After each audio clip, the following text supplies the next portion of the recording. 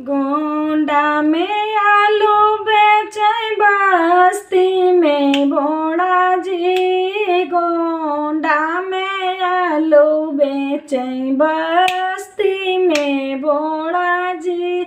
दुल्हे आपन बहिनी बेचे 100 रुपये जोड़ा जी। दुल्हा आपन बहिन बेचे 100 रुपया जोड़ा जी। दुल्हा आपन बुआ बेचे 100 रुपया जोड़ा जी। दुल्हा आपन मौसी बेचे 100 रुपया जोड़ा जी। बेचत बेचत संझा होई गई तबो न बिचानी जी। बेचत बेचत संझा होई गई तबो न बिचानी जी। कुंजड़ा भैया से तैलई जा बुआ मोर कुंवार जी। कुंजड़ा भैया से तैलई जा बहिनी मोर कुंवार जी। कुंजड़ा भैया से तैलई जा मौसी मोर छिनार जी। बस गोंडा में आलू बेचे बस्ती में बोड़ा जी।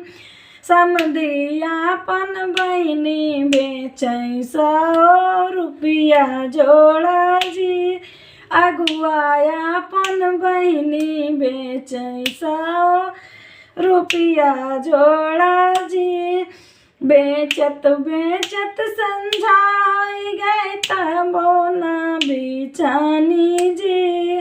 बेचत बेचत संझा होई गई तबो न बिचानी जी। कुंजड़ा भैया से तैलई जा बहिनी मोर कुंवारी जी। बेचत बेचत संझा होई गे तबो न बिचानी जी। सोनरा भैया फ्री में लई जा बहिनी मोर छिनारी जी।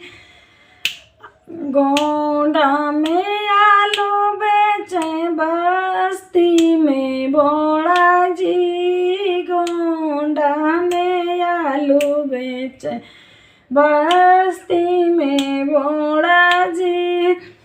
भारतीयन आपन बहिनी बेचे 100 रुपया जोड़ा जी।